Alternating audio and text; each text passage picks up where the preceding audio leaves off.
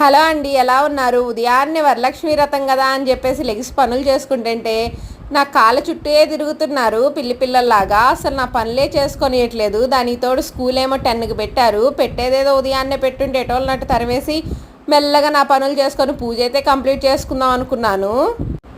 ఇంక సరేలే ప్రసాదాలు ప్రిపేర్ చేద్దాం అని చెప్పేసి కిచెన్ రూమ్లోకి వచ్చేసి అలా శనగలు, చింతపండు అన్నీ నానబెట్టుకొని స్నానం చేసి వచ్చేలోపు గ్యాస్ అయితే అయిపోయింది. గ్యాస్ మారుద్దామని రెగ్యులేటర్ పెడుతుంటే అస్సలు పట్టట్లేదు.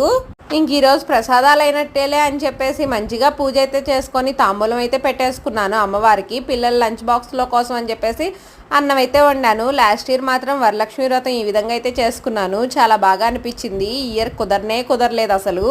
ఇంకా 4వ శుక్రవారం పెట్టుకుందాంలే అనుకుంటున్నాను. పిల్లలకి లంచ్ ఇచ్చొద్దాం అని చెప్పేసి టకటక శారీ కట్టేసుకొని అయితే వెళ్తున్నాను. పిల్లల లంచ్ బాక్స్లో కోసం అని చెప్పేసి చింతపండు పులిహార చేశాను. Bye friends, thank you for watching. Gas ఆయన వచ్చి బాగా